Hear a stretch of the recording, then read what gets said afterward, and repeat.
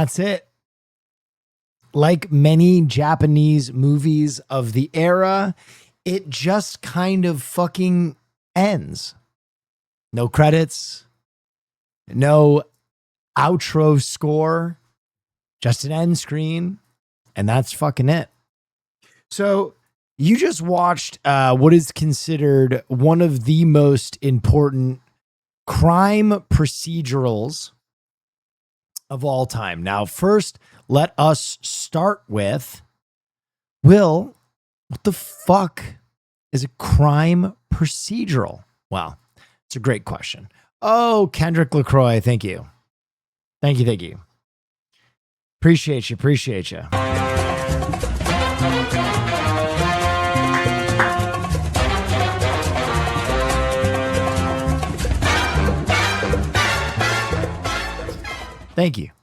Thank you. So a procedural is a genre that focuses on a very realistic and step-by-step depiction of whatever the focus is. So Law and Order is a legal procedural. ER is a medical procedural. Thank you, Jeff Spicoli. Thank you.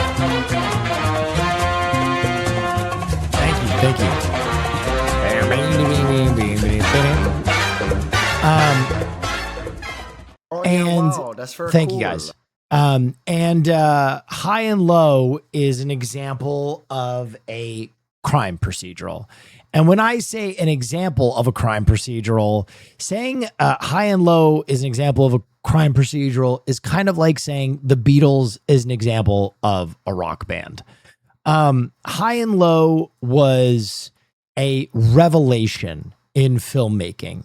And it's interesting because a lot of these movies that I show you are, they didn't perform really well when they came out. Maybe their genius was kind of misunderstood at first. High and Low is not one of those films. Wow, that's very cool. High and Low came out and was an absolute box office fucking explosion. Postman Blues, the same genre, not even fractionally the same idea. It was an absolute explosion in Japanese cinema, and so much so that it is one of the first movies to cross the pond and have international success from Japan around the world.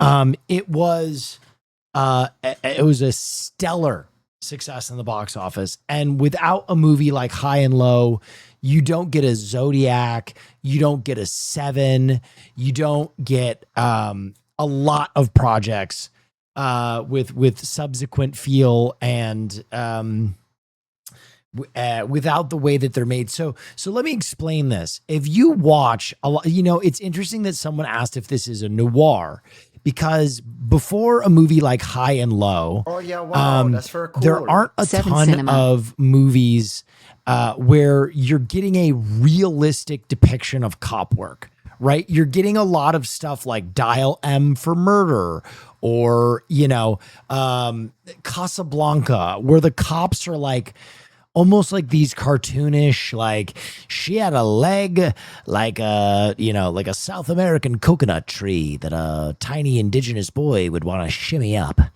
I would like to be that boy, and I'd like to shake her coconuts. You know what I mean? Like they were kind of over the top. They were theatrical. Cool. They usually had like a super hard boiled detective lead. And High and Low was one of the first times that Kurosawa really dug in, and we got to see police work. Like, it's so interesting that so many of you were like, there's the guy, chase him down, shoot him in the head. And you really don't get this. It's this very gradual and methodical look at how Japanese police work was done when it was done well. And obviously that kind of inspired an entire genre of film. Like, there were others in this era that did similar things, but High and Low is really the breakthrough success of procedural crime. Some other things about this movie. Again, I talked about it. It was too slow for me. Well, remember, it's 100 years old. So they didn't even have phones that they could carry around. So the attention span was a little different. But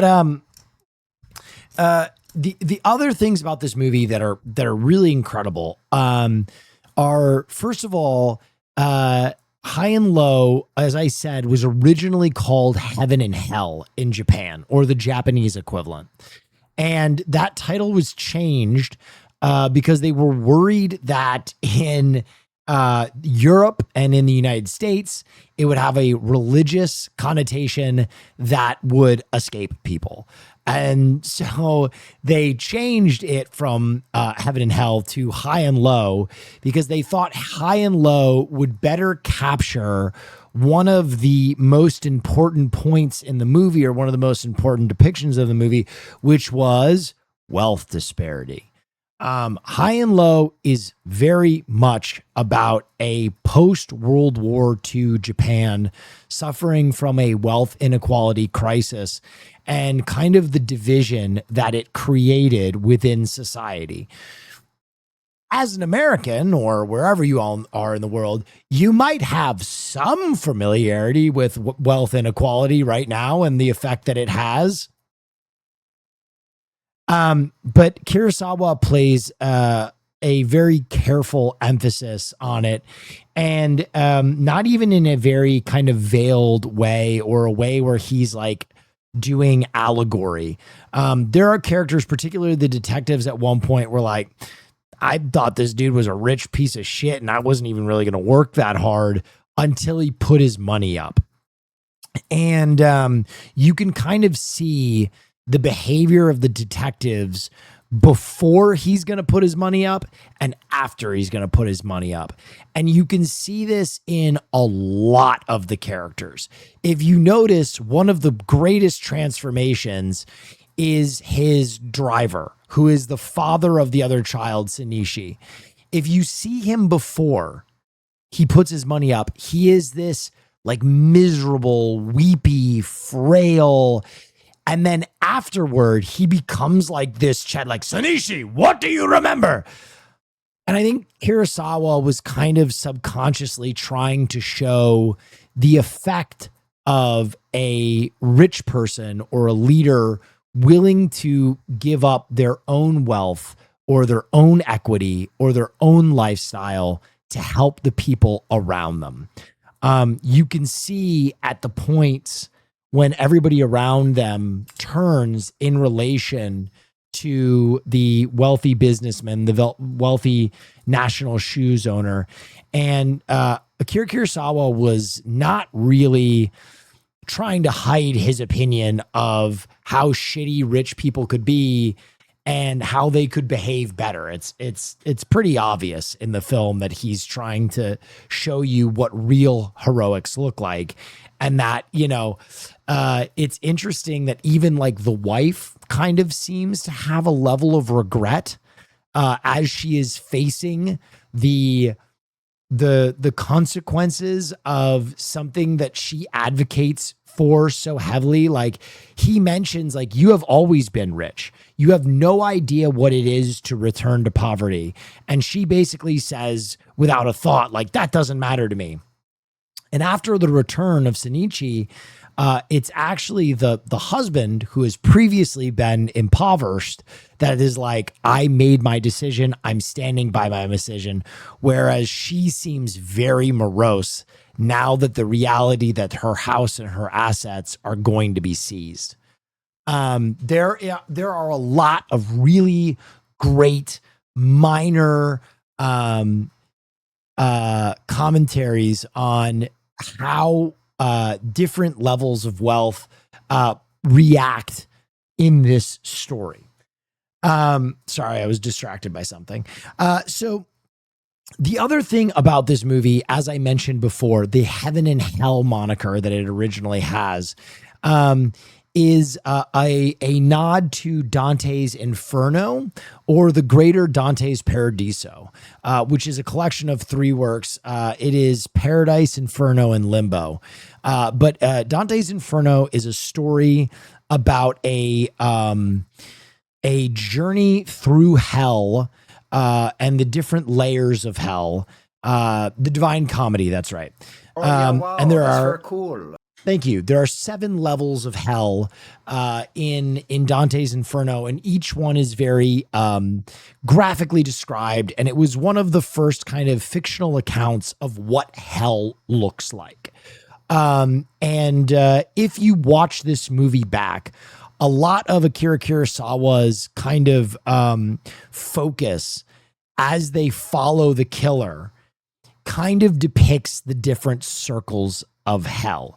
The guy shoveling trash, the nightclub, dope alley, they are all kind of depictions of hell that very, the fishmonger, that very closely emulate Dante's descriptions. Like, particularly Lust is the nightclub, and it's like this, it's in hell, they're like eternally being blown around and they're lost in eternal lust. And then the last circle is like the frozen level of hell, where Satan is constantly flapping his wings, so everything's frozen and only the worst miscreants are there, and that's him in the jail cell. It is an amazing kind of depiction of these things and interpretation of these things. In my mind, it's kind of similar to an "Oh Brother, Where Art Thou?", where "Oh Brother, Where Art Thou" is not like a direct 1-for-1 for Homer's Odyssey, but it's like an interpretation. It uses a lot of the imagery and a lot of kind of ideas to enhance the story it's telling, rather than being a 1-for-1 retelling. And that's High and Low too. High and Low is not Dante's Inferno. It is not a 1-for-1. But Akira Kurosawa is definitely taking influence from Dante's Inferno in some of his depictions of the suffering in post-World War II Japan. Let's get into it. The fucking glasses, man. The fucking glasses, man. All fucking time shots with these glasses.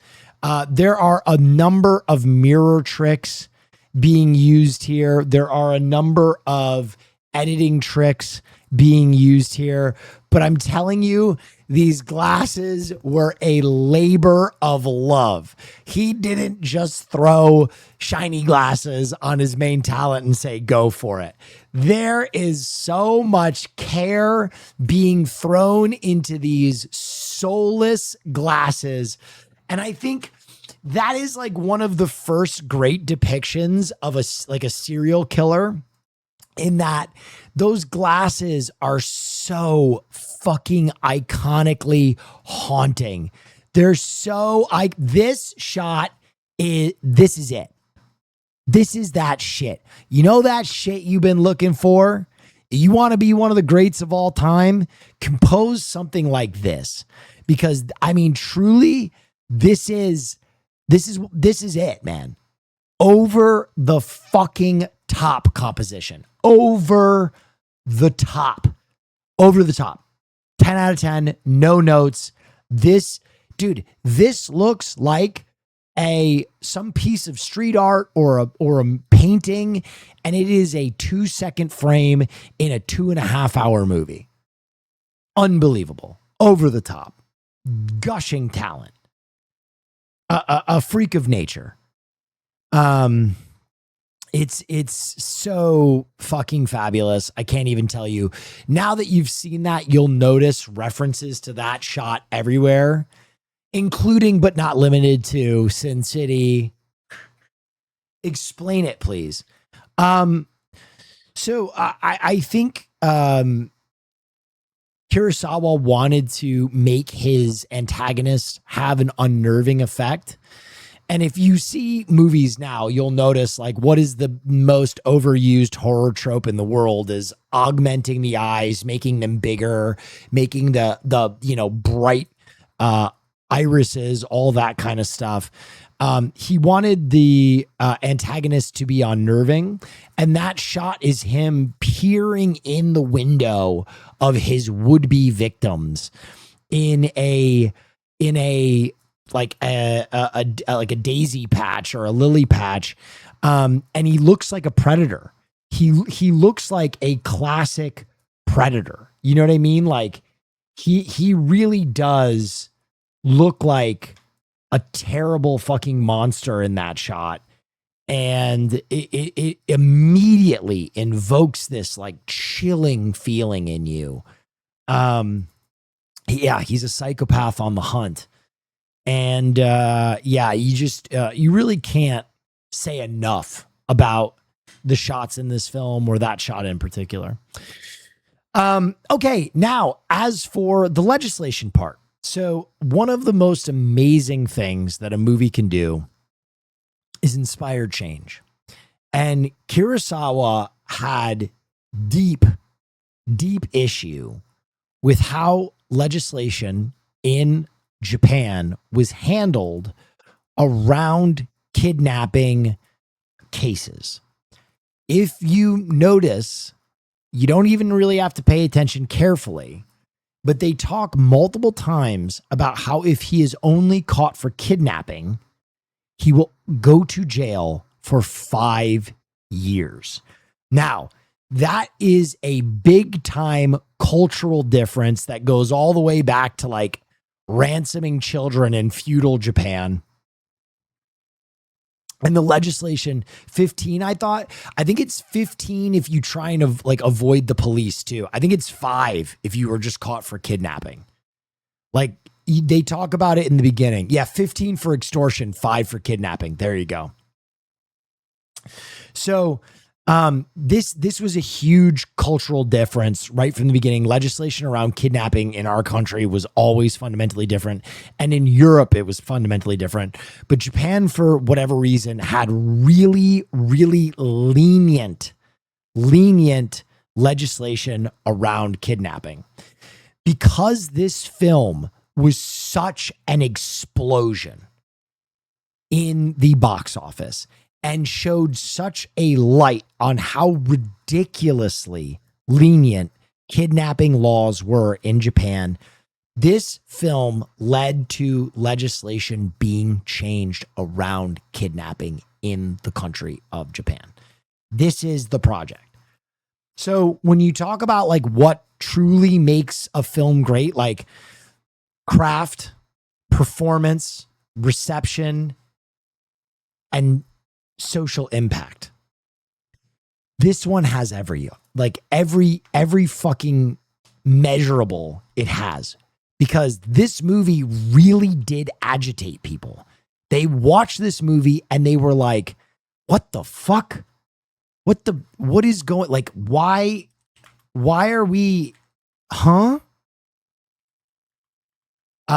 It was such a landmark moment, and it's so cool when you think about how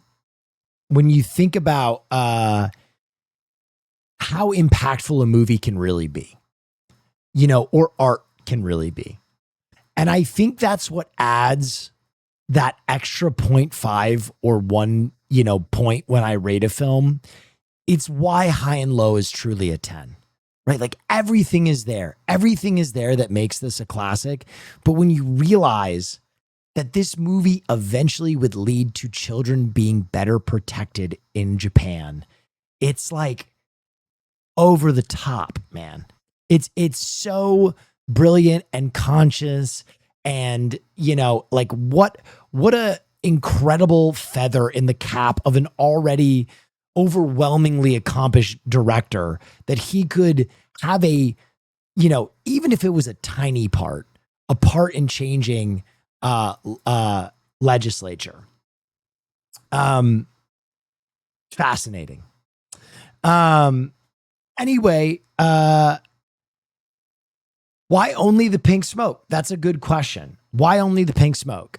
So this this film is based on a book by a guy named Ed McBain, and the book is called King's Ransom.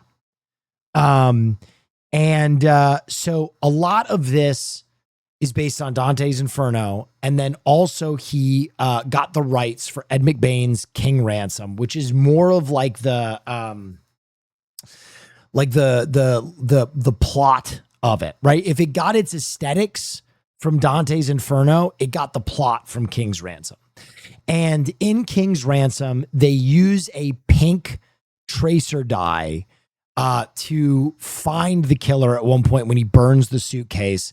And Kurosawa loved that detail so much and just didn't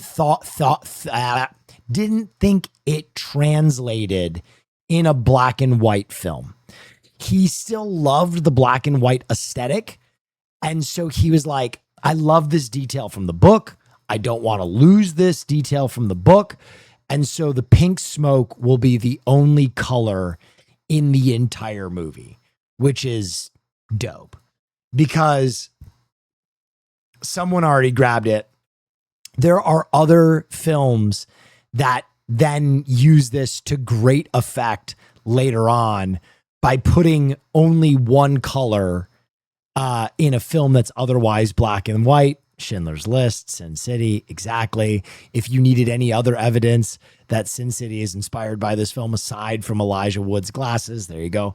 But there are other films that use this like monochrome color. Like there's one color that they'll use to just pull you in. And it was just such a big moment in the film, right? It's like a moment of hopelessness. And then all of a sudden there's the pink smoke coming from the chimney. Love this movie. Love this movie. Very impressed with how many of you stuck around.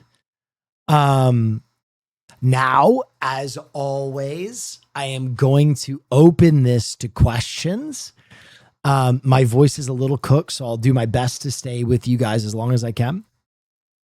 But I hope you enjoyed it. I hope it wasn't too slow that you couldn't get anything away from it. You seen movie? I seen movie. Okay, so questions. So you lost your bet. What will you do with life now? Yeah, Caroline called it. 5,000 of you. Pretty good.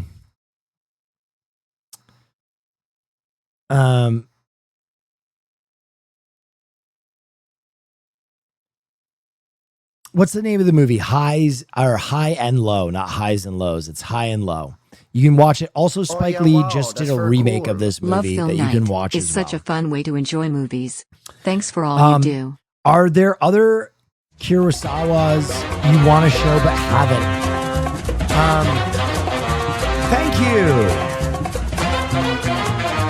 Jeff Spicoli, and thank you, Japanese text that I can't read. Will, your brain seems kind of cooked right now? Not really.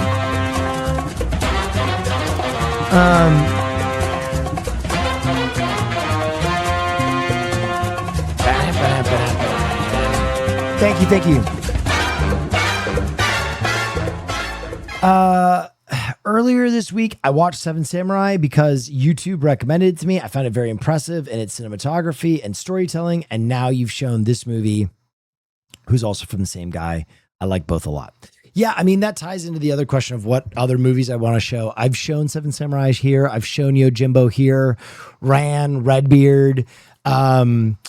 Kurosawa never really made a bad movie. Rashomon. So, I mean, if you want to watch more film from him, I think you can certainly do that. High and Low was one that kind of called to me because of the wealth inequality focus. I think that's fascinating. Also, I think that too many people watch Akira Kurosawa's samurai stuff and not enough of them watch his just normal film. I love his samurai stuff. Don't get me wrong, but he is so much more than just a samurai filmmaker. That's very cool. Thank you. A modern movie that the pacing of high and low reminds me of is Cure.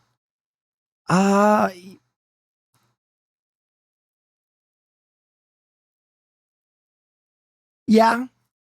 I mean, yeah.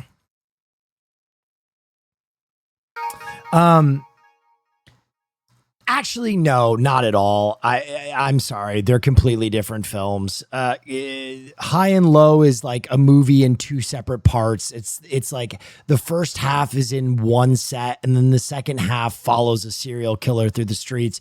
Cure is just a slow horror movie. The pacing has nothing in common whatsoever. I try to give it to you, but I can't. Not a question, but I love the kind of non-linear storytelling parts, like the phone recording and the newspaper headlines. True. Those are fabulous. There's definitely a focus on technology. I don't recall American films from this time period having profanity, but I think I heard at least one use of the word shit. I was surprised. Well, that has to do with Japan doesn't have like the same adverse reaction to profanity. The United States at one point like really did its best to like censor out profanity on TV and film, like in general, because they thought it like was, uncouth. Other countries don't have that same aversion to swearing.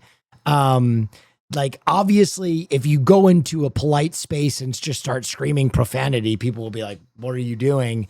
But at the same time, they're not going to like freak out if you say like, shiba, you know what I mean? Like it's a very different focus on profanity there, as particularly in art. I'm trying to save you, motherfucker. I was wondering if you could talk about the use of deep focus photography and why we moved away from that in more modern movies. I think it has to do with pacing, right? I think a deep shot with a lot in frame lends itself more to you being able to have your eyes navigate what you're looking at and kind of explore the shot, right? The one in particular that I paused on where it's the 5 cops in the one room and then the protagonist in the background, they're on that shot for like 7 minutes. Like you have a chance to really like really pour over it. I think there's another movie that I desperately want to show because I think it's kind of a line of demarcation for editing style. It's this movie, and we were about to watch it tonight, but I couldn't find a non-dubbed version. This is a German film called Run Lola Run. And Run Lola Run is considered like the first film in like the modern spastic style of editing we have now. Run Lola Run was the direct inspiration for the Bourne Identity. I know that's like so weird because the movies are not at all similar, but there is a common thread here and it will blow your fucking mind. So Run Lola Run is a movie. It is a German film about like drugs and crime, and it's like super spastic, and it's almost like uncanny reality. It's really pretty awesome. But when the maker of The Bourne Identity and Matt Damon were working on the film, I think Doug Liman, he watched Run Lola Run, and he was so impressed not only by the acting as evidenced by the fact that you'll notice this actress makes an appearance in the Bourne movies because he was so impressed by Run Lola Run, but he based his entire editing style off of Run Lola Run. And the Bourne Identity and Run Lola Run were like the beginning of this, like, we're going to put 20 cuts in 5 seconds. Like if you can see before and after Bourne Identity, like Bourne Identity, all of a sudden it was just like, particularly in any kind of action. And so in a crime procedural, you won't get many crime procedurals today without a bunch of action. You just won't. They're going to pack it to the gunnels. Like even a movie like Zodiac, that's a movie that I love, people are very lukewarm on because they're like, there's no action in that movie. It's very, you know what I mean? Like, I think people were so programmed to be like, I want it to be fast and crazy and wild. But I do think that is kind of what happened with those deep frame, a lot in the frame shots, is if that is on screen for 3 minutes, it's a delight for your eyes to like focus in. If it's not on the screen for 3 minutes, you're just kind of like, whoa, what the, blah, blah, blah, blah. Which is why it's interesting. A lot of movies after this point as well, where's the action in the frame? Always center frame. Always center frame. Stuff used to dance around the frame and you would kind of look around and now everything is dead center because you only are looking at the shot for like 0.1 second. So there's no detail in the rest of the frame. It's just what's happening right in the fucking middle.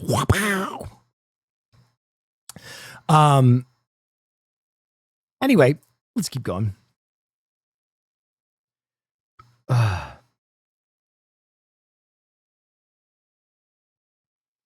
Hey, at Will Neff, what do you think Kurosawa gets?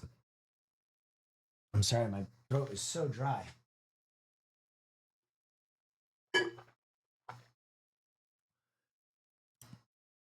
What do you think Kurosawa gets when he was adapting works from Western canon that Western directors can't seem to get right when adapting work from non-Western canon?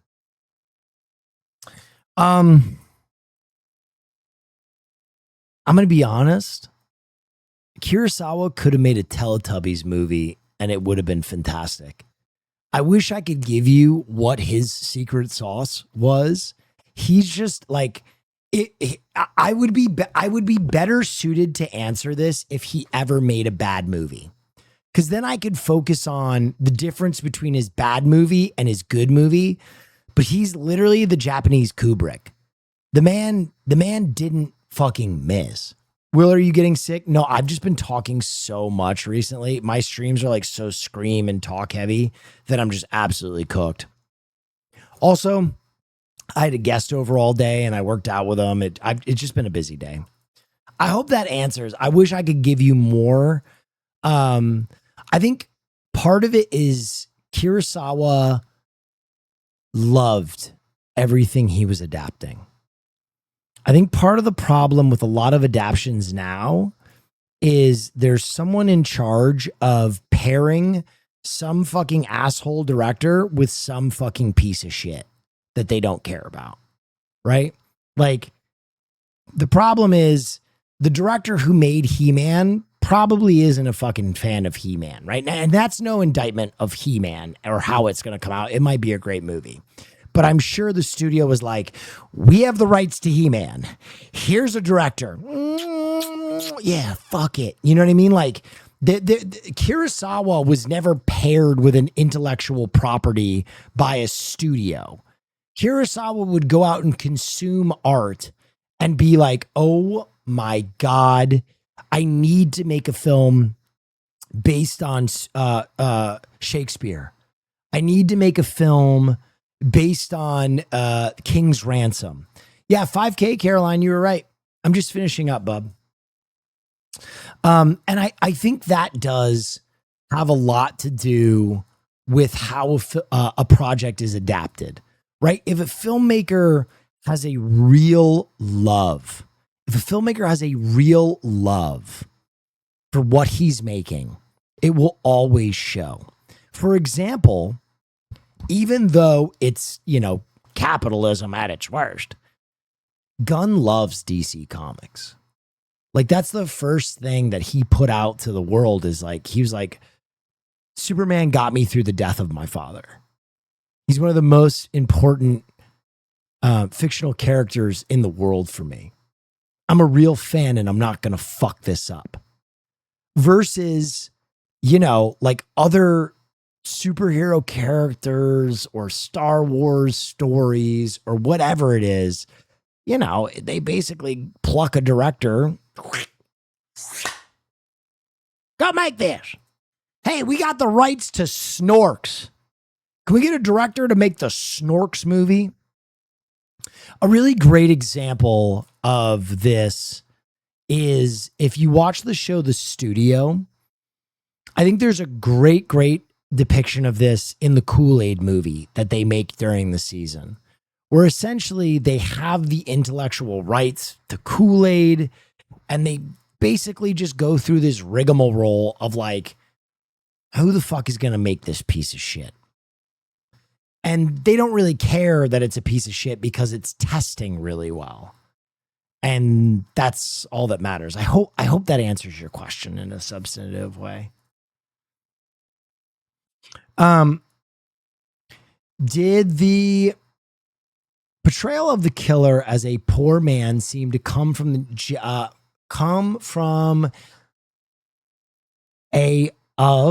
jealousy? Guys, you got to help me out. I'm dyslexic.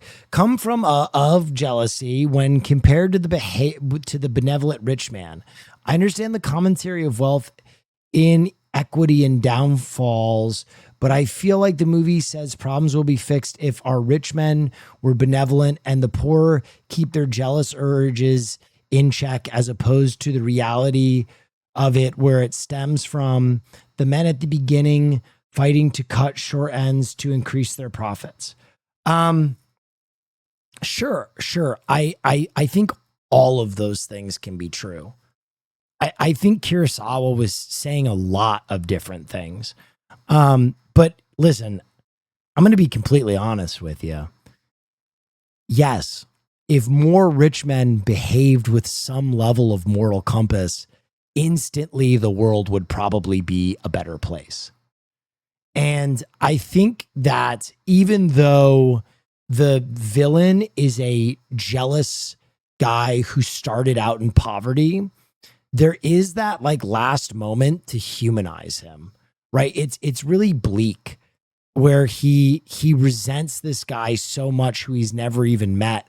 And I think that was more a commentary on the division between the wealthy and the poor in Japan and how they just weren't connecting. They never crossed paths. They didn't know each other. They were alien to each other. And sometimes when you are alien to something, that is when resentment starts. And so I do think that, there's a lot of different depictions in this movie, but, I do think that there is some worthwhile commentary on wealth inequality. Again, you got to remember the Japanese story of wealth and poverty and depression after World War II was so different than the American version of that. So different. Like they had just lost, like, what was it? 100,000 civilians in Hiroshima to an atomic bomb, man. Like they were dealing with so many different emotional, cultural, economic issues that were specific to Japan. And while I understand them, I don't know if I can fully, as a teacher, give you the full scope of what a Japanese filmmaker is trying to express with a movie like this, right? I can sit and I can read the Wikipedia, but it's hard for me to feel those things beyond the empathy that I am limited to which is a lot, but still, Anyway, let me just say though, I do think Kurosawa was impossibly based. I do think Kurosawa was impossibly based. Thank you so much, Sandwich. I'm just getting into the end of a film night right now. Thank you so much for the raid. Everybody, please join me in following Sandwich. She's incredible. She's amazing. She's the best. I missed about 20 minutes of this, so you might have already talked about this, but the cops were so dead set on helping him after he put the money because a man's career was regarded highly in that time in Japan, right? There was an emphasis on him giving up his livelihood. I think obviously to this day, the salaryman or the height of career is very, very respected in Japan. Very respected in Japan. And, it's kind of this idea that this dude is willing to give up. He basically says it. He's like, I'm going to sacrifice my life for this child on the train. And I think Kurosawa not only wanted to, display kind of the heroism in this act, but also show how to inspire men. You know what I mean? Like, I think a great leader, when they put their own skin on the line, inspires men. And he just inspired these guys. They didn't really give a shit about him. They wanted to just get the kid back until all of a sudden it was like, damn, he really put up when he didn't have to. From what I understand, Gondo was a worker who built wealth, even though his wife helped via a dowry. This was ultimately the pursuit of justice and what's right. What's the main theme of this film to you? I mean, it has a lot of themes, but I do think that like wealth inequality, post-war depression in Japan, and the focus on very lenient kidnapping charges are like the highlight, like what he was really trying to focus on.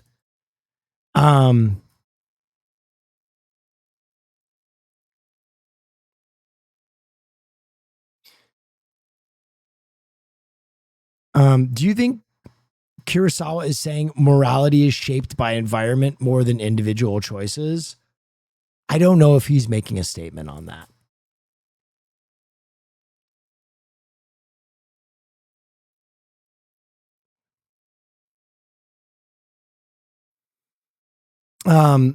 This film is very advanced in the way it uses technology creatively, mostly with the reflection at the end. What are some other directors that push the boundaries of technology, both past and present? Well, the obvious example is Nolan, right? Nolan is a fucking freak. Nolan basically breaks cameras in the amount that this film cost per film, right? Like Christopher Nolan is breaking $2 million of cameras every time he makes a movie now. Like no exception. He basically has these insane IMAX cameras that film on like wallpaper. This is no bullshit. I'm not even being facetious. The cameras that Christopher Nolan films on, the film is like this wide. They're like wallpaper sheets and they're heavy as fuck. And he's doing things like shooting cameras, out of planes and hitting them with motorcycles and setting them on fire. And that's just the filming process. So, Nolan is a guy that I would say modern filmmaking technique is like over the top. And then if you want to get into like classic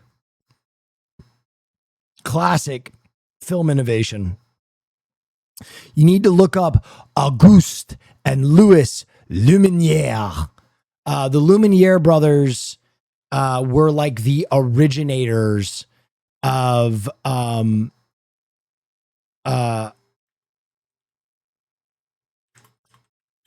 basically all film trick. Like all film craft comes from what they invented. And A Journey to the Moon is like the beginning of that. A Journey to the Moon is like essentially every filmmaking technique that is like ever been invented started here. And it doesn't look like much. Like you watch this back and you're kind of like, huh, really? But like the stuff that they were doing in this movie was so beyond its time and away from its time. And so if you want to go back and like see the birth of all special effect, it's this movie. It's Journey to the Moon. And as I said, when you watch it, you won't really be all that impressed, but yeah, this is it. Oh, how did that bullet get in the moon's eye? Not about high and low, but I went to see Hard Boiled in theaters these weekend, and the movie uses a lot of freeze frame transitions. It got me wondering why this type of transition was used and why it fell out of favor in movies. I mean, that's a woo thing, bro. I'm gonna be honest. That's not like a super popular filmmaking technique. Like John Woo was kind of his own fucking dog, and he really liked to use it to highlight action, right? So, like when he's sliding down the stairs and then it freezes. That's just kind of a wooism, man. I don't know what to tell you. You'd be hard pressed to find like a bunch of like a prevalent current of like people freezing the. I mean, that was just kind of his shit. And I think it bled into action movies to a certain extent. Like a lot of what John Woo did, like the Doves, Jesus Christ, everybody was putting birds in action movies because of John Woo. You know what I mean? Like, and those fucking birds were everywhere. A Killer, Hard Boiled, Broken Arrow, Face Off. Basically every movie he did, he was like, Shishi Lao Ba. Let's put some fucking doves in here. You know what I mean? Like that was just his. So I don't think that is like a film trend. I think that was just John Woo being John Woo, baby. Broken Arrow was one of my favorites. Absolute straight dope. Who has the more influential catalog? Kurosawa or Kubrick? Kubrick. Kubrick is the Mohammed, Michael Jordan, LeBron James, Brady of this bitch. He's beyond it, dude. He's a freak. Speaking of Kurosawa again, can we please have a Seven Samurai encore? Ooh, I would entertain that. Where does High and Low land in Kurosawa's career timeline? Okay, that's actually an interesting question. It's towards the tail end. And also it's if I remember correctly, it's one of the last movies he did with Toshiro Mifune. I could be off on that, but I don't think he worked with Toshiro Mifune long after High and Low. In case you don't know what the fuck I'm talking about, Toshiro Mifune was his muse. Toshiro Mifune is an actor that is almost in every single Kurosawa film. If you need a American counterpart, it's like Robert De Niro and Martin Scorsese. Like they were best friends. They worked together. De Niro was the lead in all of his films, but unfortunately, Mifune and Kurosawa had a falling out at one point in their career, towards kind of the tail end. Yeah, dude, I'm trying to find here, I can look it up. What is the last movie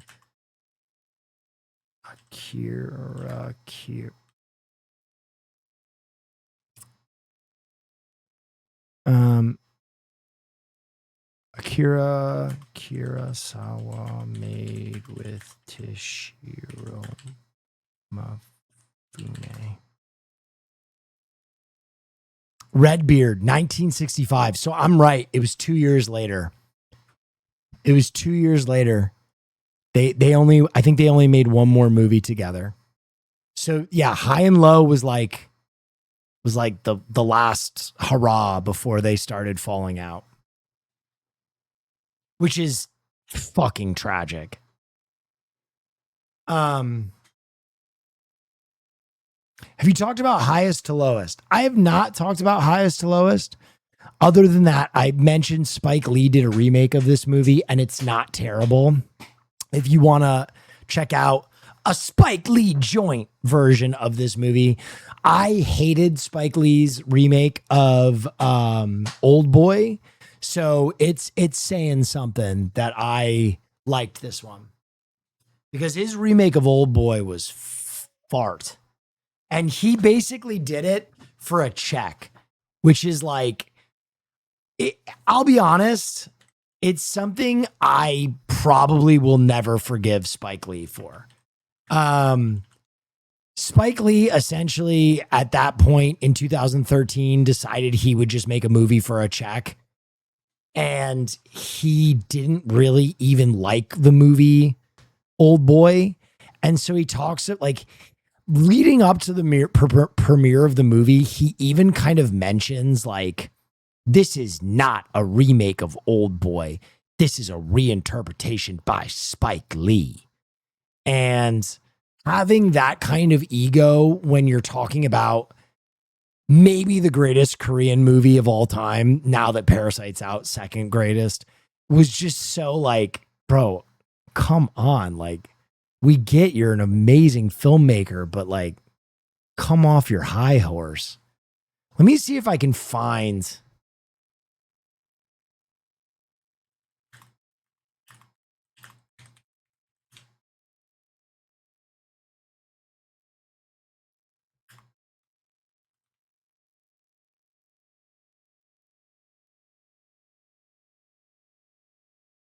Yeah, this might be it.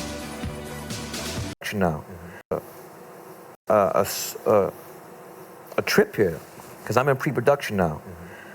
I'm getting ready to do a new film. It's called I'm not gonna say a remake. I'm gonna say it's a reinterpretation of this classic Korean film called Old Boy, which is one of the finest films ever made. Yes, it's true. Starring Josh Brolin, Sharpo Copley from District 9, Elizabeth Olsen, and Samuel L. Jackson. I think when most times when there's a great film, certainly international films, and it's remade in America, people are terrified of what's going to happen. The fact that it's I've heard that. Yeah. I've heard that. Yeah, the fact that on my it's Twitter. You might have a moment. You'll have a bit of a grace period. But are you going to stay true to the original text? It's a reinterpretation. Because the ending, we can't, but it's so... Can you do, right? It's a reinterpretation. So ultimately, this is kind of in the early days of Twitter, and rightly so. People were like, this is kind of before the internet gave rise to people watching everything. So like Old Boy was still kind of a cult classic within the United States. And so I think like Spike Lee was really offended by the fan base going into this movie because he was like, I'm Spike Lee. Why are people worried about what the fuck I'm going to do with this movie? And it was a total flop. And it hurts me because I'm a New Yorker and I fucking love Spike Lee. Like I'm a Spike Lee head. I think one of the finest movies ever made is Do the Right Thing. Like Do the Right Thing, I think is like a fucking perfect movie. So I just remember being like, what the fuck happened here? Anyway, that's a long diatribe.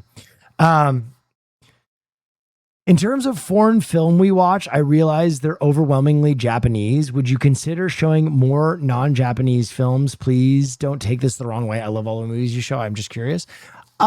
With Peace and Love, I think you're wrong. Honestly, I maybe you show up for the Japanese nights, but like I've shown a number of movies from China. I've shown a number of movies from Korea. I've shown Thai movies. I've really shown a lot of Korean films and Chinese films. I mean, I can try. I mean, I really do have a emphasis on showing films from all around the world, but like I have shown 3 separate Wong Kar-wai films. You know what I mean? Within the last 2 years. So that's 3 movies from China. I'm trying to think of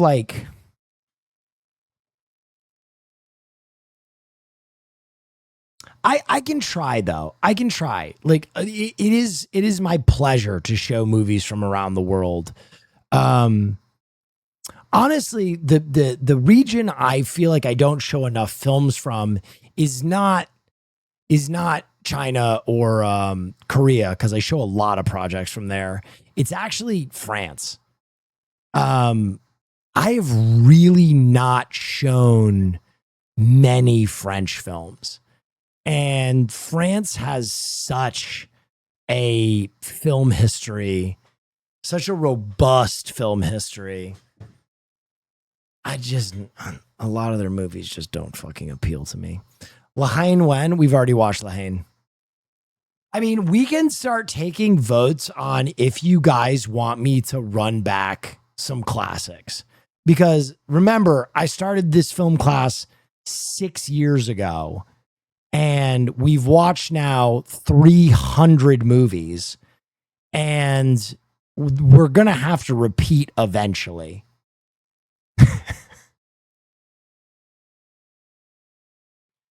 Whoa, 300? Yeah. Yeah, we're getting up there if you count all the Kung Fu movies, which is crazy. Which is fucking crazy. Like, this is now, I guarantee you, the longest running film course in history. Like, bar none. It's the forever. It's the forever film 101. It's the liminal space of film classes.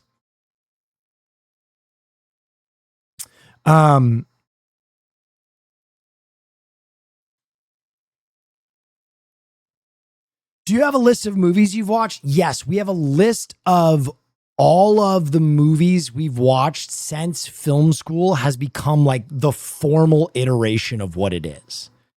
There was a long time when it was on Discord before the watch party days. I think we have all the films from after we moved off of Discord. But this also does not include all the Kung Fu movies we watched. I watched around 100 Kung Fu movies on stream during Kung Fu Night, which was what I first started streaming back in the day, when I would smoke an absolutely destitute amount of marijuana and then play hip hop over classic Kung Fu movies, which was fantastic. Some of the finest content on the platform, and all 10 of you that were there loved it. all 10 of you that were there fucking loved it. By the way, I think we just crashed Letterboxd. So many of us clicked that link. That's fucking insane.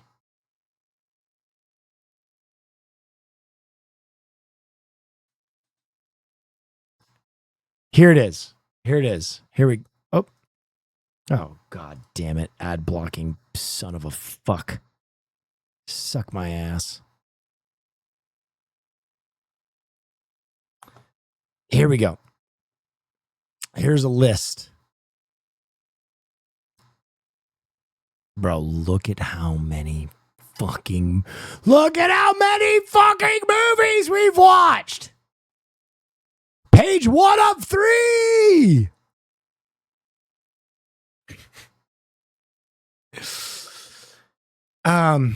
Yeah.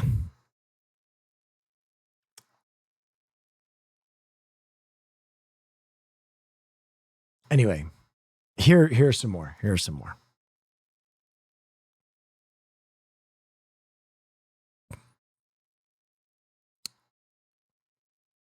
Jesus Christ.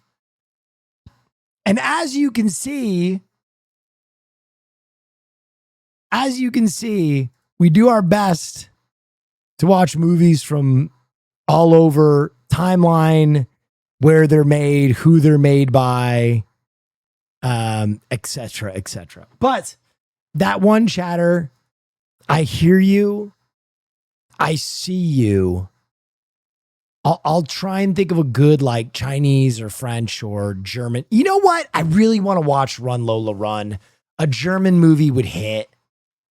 I'll try and find a way to safely watch Run Lola Run because I think there's all kinds of tits and ass and shit in it.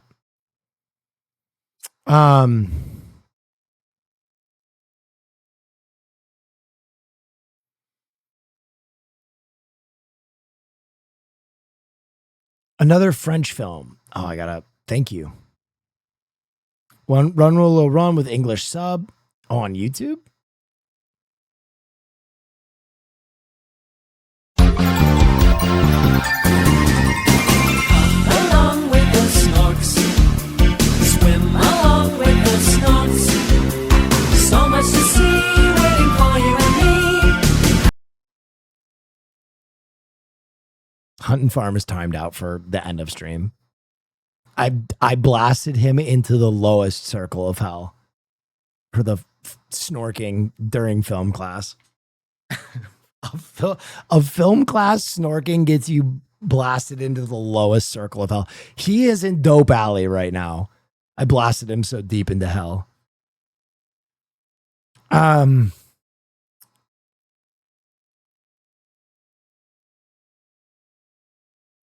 What was the French New Wave and its significance with peace and love? Peace and love. That is too big a question to answer on a non-French New Wave night. All you need to know is that it was a filmmaking style popularized in France, leading to a lot of great filmmakers and films. And its significance is that it had a global impact on filmmaking. I can get into that more in a French New Wave night. We can do fucking Eyes Without a Face and jerk our cocks off. That would be a good one to watch, actually. Eyes Without a Face. Actual high and low question. It seemed like most of the shots were done by hand rather than on a tripod or dolly.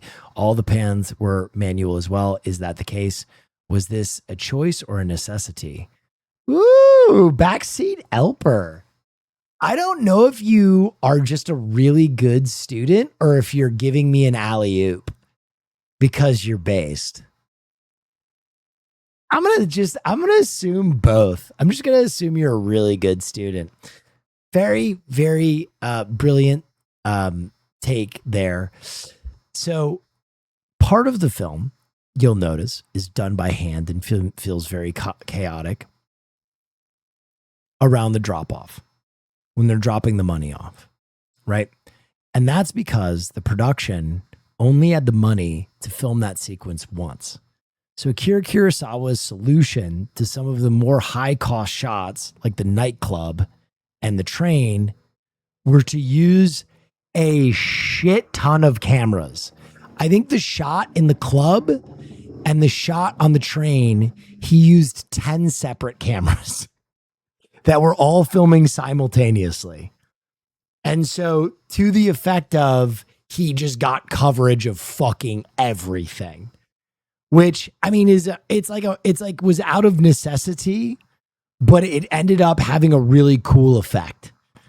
And so, yes, that was a very, very acute observation, chatter. And I'm really proud that you noticed that transition. And that was something I actually wanted to teach about and forgot to mention. And you pulled it. Hey, good stuff. Good job, Chatter. Are you planning any Ingmar Bergman films? Wow, the absolute viewing pleasure that is The Seventh Seal. Yeah, I mean we should watch The Seventh Seal one day. I'm gonna be so for real. I am a student of film. I love film. Even I had a fucking hard time making my way through some of this shit. I mean, granted, I haven't watched The Seventh Seal since I was fucking 23 years old. But I remember that when I was watching Seventh Seal, I was like,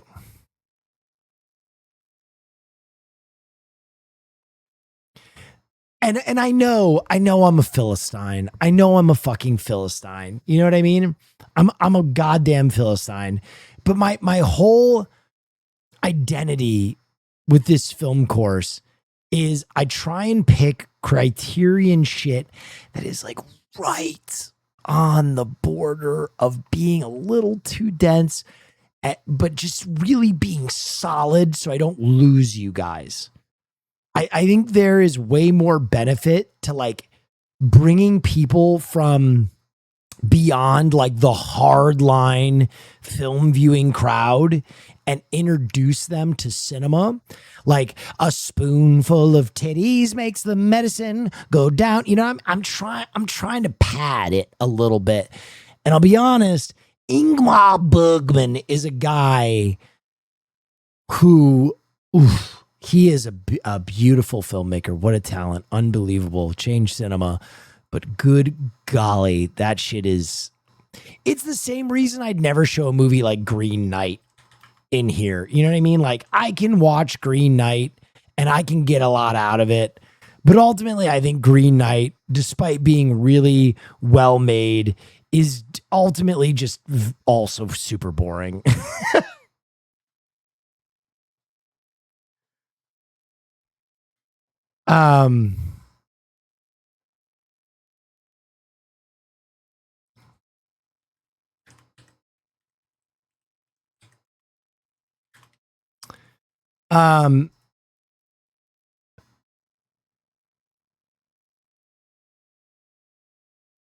Someone asked an interesting question. What's your favorite Norwegian film?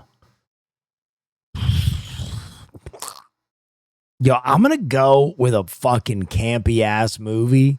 Troll Hunter was sick, bro. Troll Hunter was bomb, dude. I remember the first time I saw that movie, I was like, fuck yeah.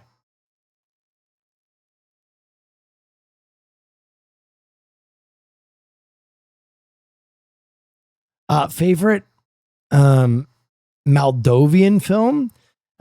Fist Me Once, Shame on You, Fist Me Twice, Shame on Me, Fist Me Thrice. The Shame is Shared. Classic Moldovan film from the 1970s. Yeah, really impactful.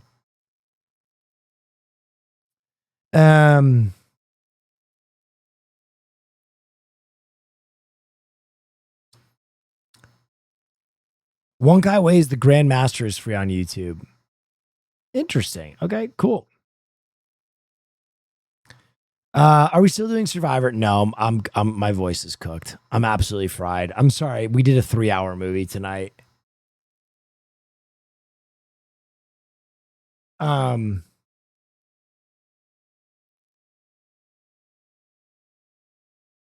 Knew it. I mean, if we did like an 1.5 hour movie, I would have done a Survivor tonight, but we did a 2 hour and 45-minute movie.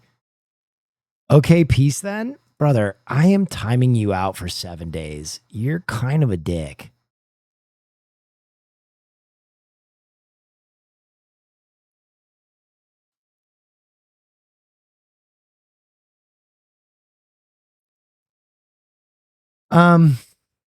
Would you ever do an anime movie? I've done many anime, actually. I've done Millennium Actress. I've done Tokyo Godfathers. I've done Redline. I've done Akira. I've done Paprika. I've done a number of anime. I really think anime is important to watch.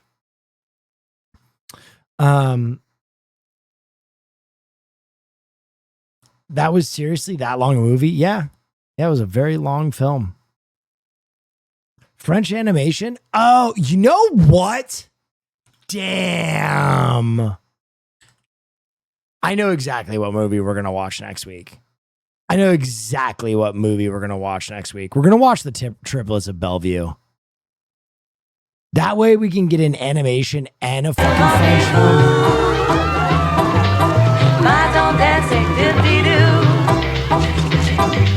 Bellevue's watching all day.